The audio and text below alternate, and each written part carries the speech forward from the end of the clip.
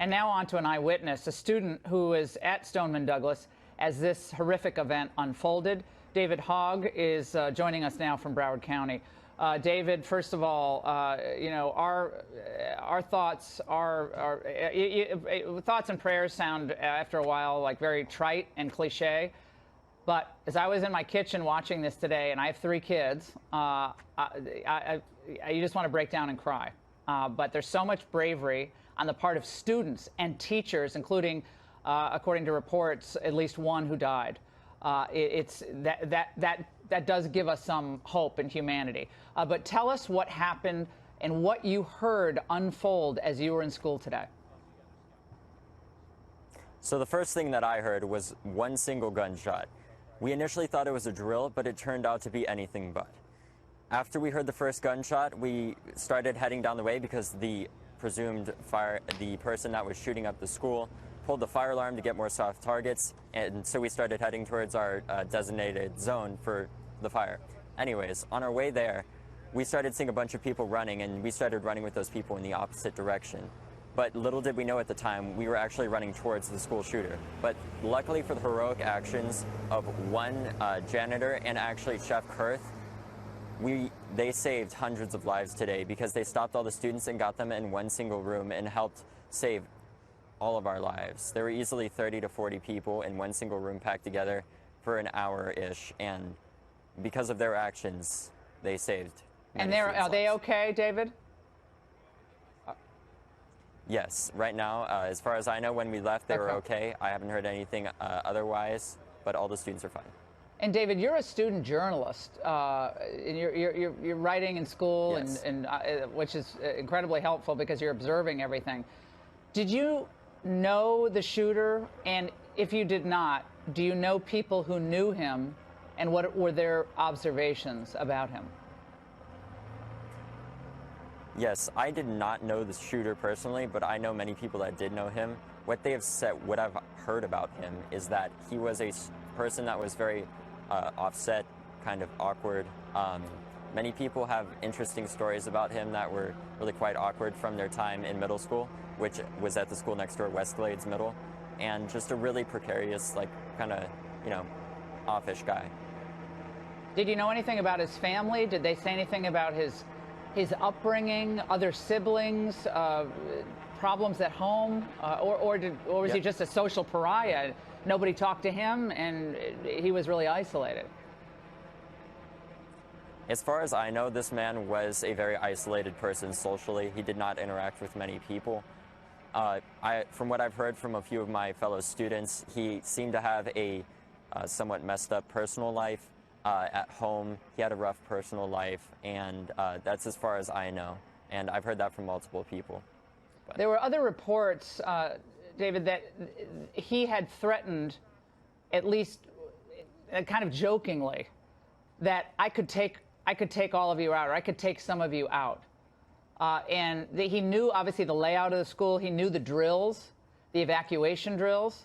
He was up on that 3rd floor when the alarm was pulled. He pulled the alarm, so he knew the layout. He knew where people would have to go, correct? Exactly.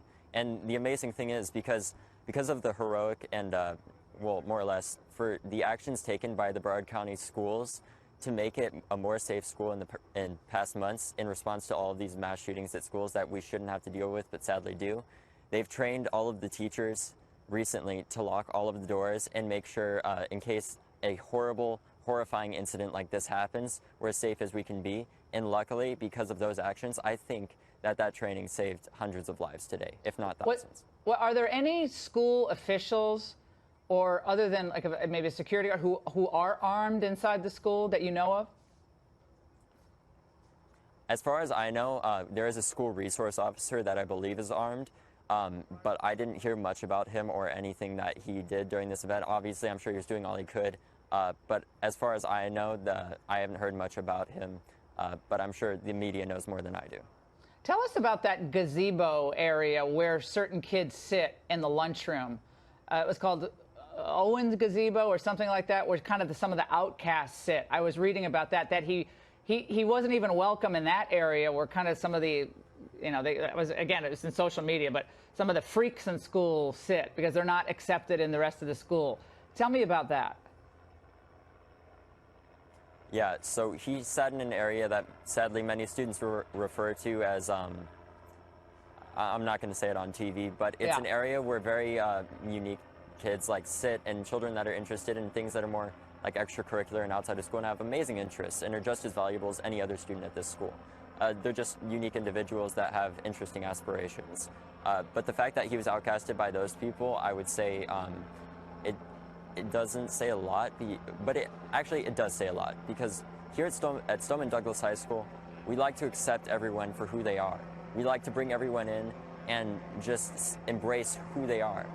And sadly, with this person, he didn't feel that way. He didn't feel accepted, and that may have been part of the reason why he did this horrible atrocity that should never have happened. Isolated. In one case, he described himself as being bullied. Did you hear anything about that? That he was bullied by one particular individual and that he was going to get him? Did you hear anything about that? I haven't heard anything about bullying, but I can tell you that from what I've heard, he does seem like an individual that would have had a rough time in school based off of some of his previous actions, like just interesting and weird comments made to people like around him, certain students, even one of his tutors that, just what was really the comment, interesting stuff David? that What was he's the been comment? doing. What was that comment? It was actually, I don't want to go on, this person told me not to tell anyone. Well, you don't have but to the comment was identify. You don't very have to crude identify and anybody. But what was the comment? Don't identify the name. But Okay. what did he say? The comment was a request for sexual relations with a student. And it was very awkward, according to them. Yeah, and obviously rejected. So, David, incredibly poised delivery of information tonight, and our emotions can I say are with one more you. thing to the audience? Yes. Yeah. Okay. I don't want this to be another mass shooting. I don't want this just to be something that people forget. This is something that people need to look at and realize that there is a serious issue in this country that we all need to face. It's an issue that affects each and every one of us, and if you think it doesn't, believe me, it will, especially if we don't take action to step up and stop things like that. For example, going to your congressman and asking them for help and doing things like that. David, thank you so much. We really appreciate your words tonight. And our prayers are with all of you and your family and the schoolmates and all of those who've lost their lives tonight.